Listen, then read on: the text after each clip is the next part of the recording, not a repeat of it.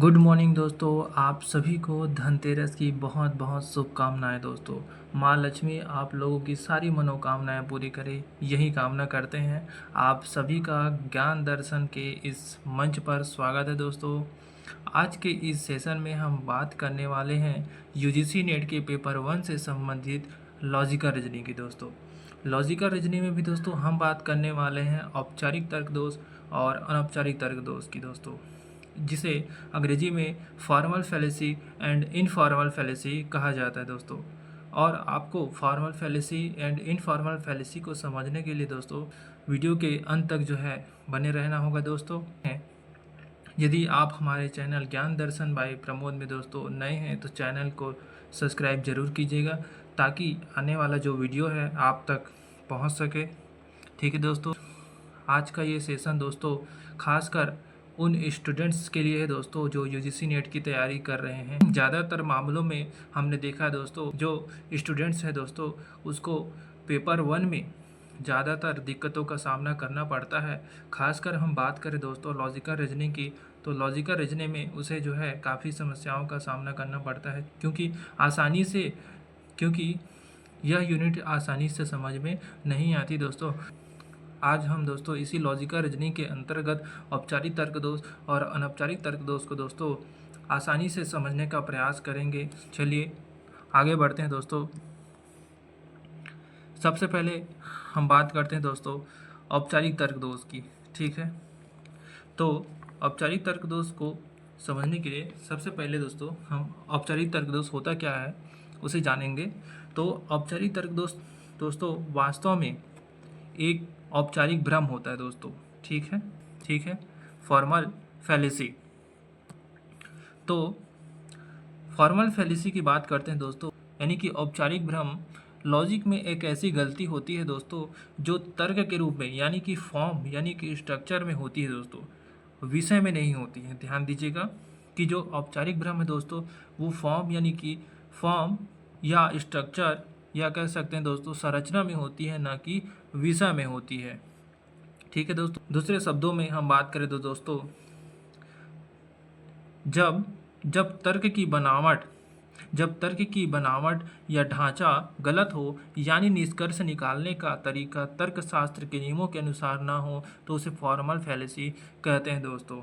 Formal fallacy को दोस्तों और अच्छे से समझने के लिए हम जो है कुछ एग्जाम्पल देखते हैं दोस्तों। ठीक है, चलिए आगे बढ़ते हैं। फॉर्मल फैलेसी को हम जो है उदाहरण से समझने का प्रयास करते हैं दोस्तों। तो पहला तर्क दिया है दोस्तों कि सभी मनुष्य जो है नश्वर है। ठीक है, सभी मनुष्य नश्वर है। और दूसरा तर्क दिया गया है दोस्तों राम नश्वर है। ठीक है दोस्तों, और निष्कर्ष निकाला गया है दोस्तों इसलिए राम जो है मनुष्य है। यानी कि दोस्तों जो राम है, राम के मनुष्य होने का आधार दोस्तों यहाँ जो है नश्वर होने को कहा है। यानी कि राम मनुष्य है दोस्तों क्योंकि वो नश्वर है। तो ये जो तर्क दिया गया है दोस्तों, ये जो संरचना दिया गया है, ये जो ढांचा दिया गया है, वास्तव में वह गलत है। यह तर्क गलत है क्योंकि रूप गलत है दोस्तों, यानी कि इसकी संरचना, इसकी फॉर्म गलत है दोस्तों। पहले तर्क की दोस्तों बात करते हैं, सभी मनुष्य नश्वर है। दूसरा तर्क है दोस्तों राम मनुष्य है इसलिए राम नश्वर है। ये जो कथन है दोस्तों, ये जो तर्क दिया गया है, तर्क प्रीमाइसेस 1 दोस्तों, प्रीमाइस 1, प्रीमाइस 2 दोस्तों, और कंक्लूजन जो दिया है दोस्तों यानी कि निष्कर्ष, इसलिए राम नश्वर है दोस्तों। ये जो है सही है दोस्तों। जो ऊपर के उदाहरण देखे हैं, ये जो हमने एग्जाम्पल देखे हैं दोस्तों, ये जो है गलत है दोस्तों। हम इसे औपचारिक तर्क दोष के नाम से जानते हैं दोस्तों। हमने बात किया सही तर्क की। यह तर्क जो ऊपर दिए गए तर्क है दोस्तों गलत है क्योंकि रूप गलत है दोस्तों। सही तर्क क्या है, हमने बात किया दोस्तों कि सभी मनुष्य जो है नश्वर है दोस्तों। ठीक है, सभी मनुष्य नश्वर है और राम मनुष्य है दोस्तों।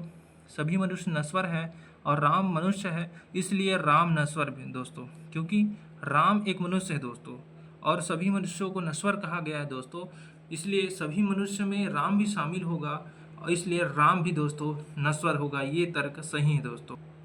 लेकिन दोस्तों हमने जो ऊपर जो है एग्जाम्पल देखे हैं वो जो है गलत है, क्योंकि उसमें एरर है दोस्तों, उसके फॉर्म में, उसकी संरचना में जो है गलती है, इसीलिए उसे जो है दोस्तों फॉर्मल फैलेसी कहा जाता है दोस्तों। चलिए अब हम बात करते हैं दोस्तों अनौपचारिक तर्क दोष की। ठीक है दोस्तों, चलिए आगे बढ़ते हैं। अब हम बात करते हैं दोस्तों अनौपचारिक तर्क दोष की। अनौपचारिक तर्क दोष जिसे अंग्रेजी में दोस्तों इनफॉर्मल फैलेसी कहा जाता है। ठीक है, तो सबसे पहले हम जानते हैं दोस्तों अनौपचारिक भ्रम क्या होता है, यानी कि इनफॉर्मल फैलेसी क्या होती है, हम इसकी बात करते हैं। अनौपचारिक तर्क दोष एक तार्किक गलती है जो तर्क की सामग्री यानी कि भाषा, अर्थ, संदर्भ में होती है, न कि उसके रूप या संरचना में यानी कि फॉर्म में। ठीक है दोस्तों, इसे हम आसान भाषा में जो है दोस्तों समझने का प्रयास करते हैं। जब कोई तर्क ऊपर से सही लगता है लेकिन उसमें भ्रम, भावनात्मक प्रभाव या गलत जानकारी की वजह से गलती होती है तो वह दोस्तों इनफॉर्मल फैलेसी कहलाती है। चलिए तो हम इसे जो है दोस्तों एग्जाम्पल के माध्यम से हम समझने का प्रयास करते हैं। ठीक है, तो पहला तर्क दिया है दोस्तों कि यह दवा अच्छी है। ठीक है, तर्क दिया गया है दोस्तों कि यह दवा बहुत अच्छी है क्योंकि इसे एक मशहूर अभिनेता इस्तेमाल करता है। यह तर्क गलत है क्योंकि किसी दवा की गुणवत्ता का अभिनेता की प्रसिद्धि से कोई संबंध नहीं दोस्तों। यह इनफॉर्मल फैलेसी का उदाहरण है, इसीलिए दोस्तों ये इनफॉर्मल फैलेसी का उदाहरण है। विशेष रूप से जो है दोस्तों अपील टू अथॉरिटी, प्रामाणिकता का भ्रम है दोस्तों। आप ही सोचिए दोस्तों कि जो कोई दवा अच्छी है या नहीं, इसका निर्धारण कौन करेगा दोस्तों? एक अभिनेता करेगा दोस्तों कि एक डॉक्टर करेगा दोस्तों? आप ही सोचिए, आप ही बताइए। तो ये जो है फैलेसी दोस्तों, इनफॉर्मल फैलेसी कहलाती है दोस्तों। ठीक है, उसके बाद दोस्तों हम इनफॉर्मल फैलेसी के जो है 8 प्रकारों का जो है दोस्तों अध्ययन करते हैं और उसके एग्जाम्पल भी देखते हैं। ठीक है, अब हम बात करते हैं दोस्तों जो इनफॉर्मल फैलेसी है उसके प्रथम प्रकार की व्यक्तिगत आक्रमण दोस्तों। इसका मतलब है तर्क की बजाय व्यक्ति पर हमला करना। ठीक है दोस्तों, तर्क के बजाय व्यक्ति पर हमला करना, इसे दोस्तों हम उदाहरण से समझते हैं। ठीक है, दिया गया दोस्तों राम का तर्क गलत है क्योंकि वह पढ़ा लिखा नहीं है। यह तर्क नहीं व्यक्ति पर आक्रमण है। आप देख सकते हैं दोस्तों राम का तर्क गलत है क्योंकि वह पढ़ा लिखा नहीं है दोस्तों। यहाँ दोस्तों राम के तर्क को गलत ठहराया गया है दोस्तों क्योंकि वह पढ़ा लिखा नहीं है। क्या यह जरूरी है दोस्तों कि वह पढ़ा लिखा हो तभी उसका तर्क सही हो? तो यहाँ जो फैलेसी दोस्तों व्यक्तिगत आक्रमण है, यानी कि यहाँ व्यक्ति पर आक्रमण किया गया है, उसके पढ़े लिखे नहीं होने की वजह पर नहीं। ठीक है दोस्तों, यह तर्क नहीं व्यक्ति पर आक्रमण है। ठीक है, फिर हम दूसरे अनौपचारिक तर्क दोष के प्रकार की बात करते हैं दोस्तों। तो दूसरा अनौपचारिक तर्क दोष का प्रकार है दोस्तों अपील टू इमोशन दोस्तों। ठीक है, इसका मतलब होता है दोस्तों तर्क की जगह भावनाओं से प्रभावित करना। इसे हम उदाहरण से समझते हैं दोस्तों। अगर तुम सच्चे देशभक्त हो तो इस पार्टी को वोट दो। यहाँ पर अपील की गई है, वो भी कैसा अपील दोस्तों? भावनात्मक अपील की गई है, यानी कि यहाँ पर जो है व्यक्ति को प्रेरित किया जा रहा है दोस्तों, यदि आप देशभक्त हो तो ही आप इस पार्टी को वोट देना, नहीं तो नहीं देना दोस्तों। यहाँ पर यही कहा गया है दोस्तों, आप अगर इस पार्टी को वोट नहीं देते हैं इसका मतलब आप देशभक्त नहीं हो। आप देशभक्त होंगे यदि आप इस पार्टी को वोट देंगे, इसका मतलब यही है दोस्तों। यानी कि यहाँ पर भावनात्मक प्रहार किया गया है दोस्तों, आप इस बात को समझिए। इस प्रकार की फैलेसी दोस्तों अपील टू इमोशन कहते हैं। फिर हम तीसरे अनौपचारिक तर्क दोष के प्रकार की बात करते हैं दोस्तों। ठीक है, अपील टू अथॉरिटी। ठीक है दोस्तों, अपील टू अथॉरिटी यानी कि प्रामाणिकता का भ्रम। ठीक है दोस्तों, इसका मतलब ये है दोस्तों कि किसी प्रसिद्ध व्यक्ति की राय को अंतिम सत्य मान लेना दोस्तों। ये क्या है दोस्तों? प्रामाणिकता का भ्रम है। ठीक है, इसे हम उदाहरण से समझने का प्रयास करते हैं दोस्तों। यह दवा अच्छी है क्योंकि एक फिल्म स्टार इसे लेता है। तो क्या आप ऐसा करेंगे दोस्तों? प्रकार की जो फैलेसी होती है दोस्तों, उसको अपील टू अथॉरिटी यानी कि प्रामाणिकता का भ्रम कहा गया है दोस्तों। ये प्रामाणिक नहीं है दोस्तों कि दवा अच्छी है। अगर इसे फिल्म स्टार लेता है तो ये प्रामाणिक, ये सिद्ध नहीं होता है दोस्तों कि वह दवा अच्छी है। ठीक है, तो इस प्रकार की फैलेसी को दोस्तों प्रामाणिकता का भ्रम कहते हैं, यानी कि अपील टू अथॉरिटी कहते हैं दोस्तों। अब हम अगले अनौपचारिक तर्क दोष के प्रकार की बात करते हैं दोस्तों। ठीक है, अब हम बात करते हैं दोस्तों स्ट्रॉ मैन फैलेसी, यानी कि तर्क को तोड़ मरोड़ देना दोस्तों। इसका मतलब होता है दोस्तों विरोधी के तर्क को गलत रूप में पेश करना ताकि उसे आसानी से खारिज किया जा सके, उसकी बात को आसानी से खारिज किया जा सके, उसे गलत साबित किया जा सके। ठीक है दोस्तों, हम इसे उदाहरण से समझने का प्रयास करते हैं। तो तर्क दिया गया है दोस्तों, हमें शिक्षा में सुधार करना चाहिए। ठीक है दोस्तों, इसमें यह कहा गया दोस्तों हमें शिक्षा में सुधार करना चाहिए। तो ठीक है, जो बी है, ठीक है, ये ए है और ये बी है दोस्तों। ये ए तर्क है, ये बी तर्क है। ठीक है, तो जो ए तर्क है दोस्तों उसमें यह कहा गया है कि हमें शिक्षा में सुधार करना चाहिए, और जो बी तर्क है दोस्तों उसमें यह कहा गया है तो तुम कहना चाहते हो कि शिक्षक कुछ नहीं करते। यहाँ ये कहा गया है दोस्तों कि शिक्षक कुछ नहीं करते, यानी कि यहाँ पर ए ने ऐसा कुछ नहीं कहा दोस्तों। ए ने ऐसा नहीं कहा था। ए ने सिर्फ ये कहा दोस्तों कि हमें शिक्षा में सुधार करना चाहिए, लेकिन बी ने दोस्तों उसको गलत रूप में पेश करने का प्रयास किया है, उसकी बातों को खारिज करने का प्रयास किया है। इस प्रकार की जो फैलेसी है दोस्तों उसको स्ट्रॉ मैन फैलेसी कहते हैं दोस्तों। ठीक है, अब हम बात करते हैं दोस्तों पांचवें अनौपचारिक तर्क दोष के प्रकार की दोस्तों बैंड वेगन फैलेसी, यानी कि भीड़ का अनुसरण करना। ठीक है, इसका मतलब है दोस्तों कुछ सही इसलिए मान लेना क्योंकि सब लोग ऐसा करते हैं। क्या ऐसा हो सकता है दोस्तों कि जो सभी लोग सही मानते हैं वो सही हो? क्या ऐसा हो सकता है दोस्तों सब लोग ऐसा करते हैं या कहते हैं इसलिए सही हैं? तो इसे हम उदाहरण से समझने का प्रयास करते हैं दोस्तों। सभी लोग यह मोबाइल खरीद रहे हैं तो सबसे अच्छा होगा। क्या ऐसा होगा दोस्तों? सभी लोग यह मोबाइल खरीद रहे हैं तो ही यह अच्छा मोबाइल है, इसलिए ये अच्छा होगा। क्या ऐसा होगा दोस्तों? यदि मान लो दोस्तों कोई एप्पल का मोबाइल है, उसे सभी लोग खरीद रहे हैं, तो क्या ज़रूरी है दोस्तों कि वह मोबाइल अच्छा ही हो? यह भीड़ का अनुसरण है दोस्तों, तर्क नहीं है। ये भीड़ का अनुसरण किया जा रहा है कि सभी लोग उसे परचेज कर रहे हैं, खरीद रहे हैं, इसलिए वह अच्छा है। ये तर्क नहीं दोस्तों, ये भीड़ का अनुसरण किया जा रहा है। ठीक है, समझ आया दोस्तों?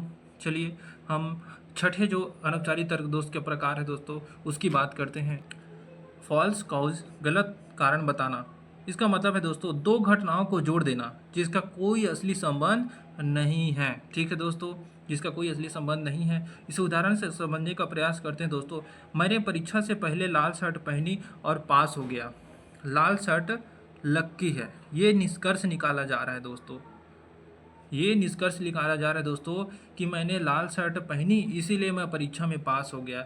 ये एक संयोग हो सकता है दोस्तों, कारण नहीं है कि लाल शर्ट पहनने पर ही परीक्षा में पास हुआ जा सकता है।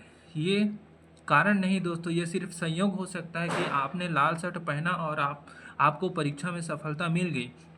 ये एक संयोग हो सकता है दोस्तों।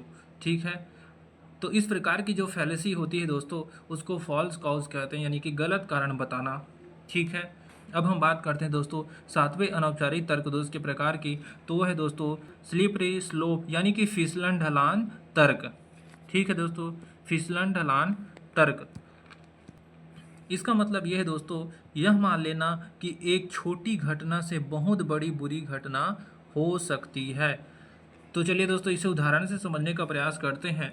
अगर छात्रों को मोबाइल रखने देंगे तो वो पढ़ाई छोड़ देंगे और समाज बिगड़ जाएगा। ठीक है दोस्तों, आप देखिए दोस्तों यहाँ क्या कहा गया है कि अगर छात्रों को मोबाइल रखने देंगे तो कहा गया है दोस्तों समाज बिगड़ जाएगा। क्या ऐसा हो सकता है दोस्तों? क्या ऐसा हो सकता है दोस्तों? क्योंकि यहाँ जो है मोबाइल रखना दोस्तों एक छोटी घटना है। क्या दोस्तों? एक छोटी घटना है दोस्तों। यहाँ मोबाइल रखना दोस्तों एक छोटी घटना है दोस्तों। ठीक है। यहाँ मोबाइल रखना एक छोटी घटना है, जबकि इसको समाज बिगड़ जाएगा ऐसा कहा है दोस्तों। तो क्या मोबाइल रखने से दोस्तों, क्या मोबाइल रखने से समाज बिगड़ जाएगा दोस्तों? ऐसा नहीं है दोस्तों, ठीक है। क्योंकि इसमें ये मान लिया है दोस्तों कि मोबाइल रखने से समाज बिगड़ जाएगा, जबकि ऐसा नहीं दोस्तों। क्योंकि मोबाइल रखना एक छोटी घटना है दोस्तों, इसे बहुत बड़ी घटना के परिणाम के रूप में जो है दोस्तों देखा जा रहा है। जो तर्क जो है दोस्तों गलत है, यह अति संयोक्ति है दोस्तों, यह अति संयोक्ति है, ठीक है दोस्तों, ये अति संयोक्ति है, ऐसा नहीं होगा। इसलिए इस प्रकार की जो फैलेसी होती है दोस्तों, उसको फिसलन ढलान तर्क कहते हैं दोस्तों, यानी कि स्लाइपरी स्लोप कहा जाता है दोस्तों। अब हम बात करते हैं दोस्तों आठवें जो अनौपचारिक तर्क दोष है उसके प्रकार की दोस्तों, जल्दबाजी में निष्कर्ष लेना, ठीक है। हेस्टी जनरलाइजेशन, इसे अंग्रेजी में कहा जाता है दोस्तों हेस्टी जनरलाइजेशन, यानी कि जल्दबाजी में निष्कर्ष लेना। इसका मतलब ये होता है दोस्तों कि कुछ उदाहरणों से पूरी जनसंख्या पर निष्कर्ष निकालना, ठीक है। इसे हम उदाहरण से समझने का प्रयास करते हैं दोस्तों। 2 पुलिस वाले भ्रष्ट हैं, इसलिए सारे पुलिस वाले भी भ्रष्ट हैं। ये गलत सामान्यीकरण है दोस्तों। यदि 2 पुलिस वाले भ्रष्ट हैं दोस्तों, तो पूरे पुलिस समूह को हम भ्रष्ट नहीं कह सकते दोस्तों, ये गलत सामान्यीकरण है। ये जो निष्कर्ष है दोस्तों उसमें दोष है। इस प्रकार के जो फैलेसी होती है, इस प्रकार के जो दोष होते हैं दोस्तों, उसको हैस्टी जनरलाइजेशन कहते हैं, यानी कि दोस्तों जल्दबाजी में निष्कर्ष कहते हैं दोस्तों। इस प्रकार हमने बात किया दोस्तों औपचारिक तर्क दोष और अनौपचारिक तर्क दोष, और उसे जो दोस्तों विभिन्न जो है हमने उदाहरणों के माध्यम से आपको दोस्तों समझाने का प्रयास किया, ठीक है। हमने अनौपचारिक तर्क दोष को दोस्तों 8 भागों में बांटा दोस्तों, और उसके विभिन्न जो है एग्जाम्पल देखे। ये जो वीडियो है दोस्तों आप सभी के लिए जो है बेहतर साबित होने वाला है। यदि आप यूजीसी नेट की तैयारी कर रहे हैं तो आपको ये जो है दोस्तों सफलता की दिशा में एक कदम जरूर आगे बढ़ने में जो है मदद करेगी दोस्तों। निसंदेह दोस्तों मेरा प्रयास आपके लिए रहेगा, तो आप जो है हमारे इस चैनल पर दोस्तों बने रहिएगा और देखते रहिएगा ज्ञान दर्शन बाय प्रमोद। धन्यवाद।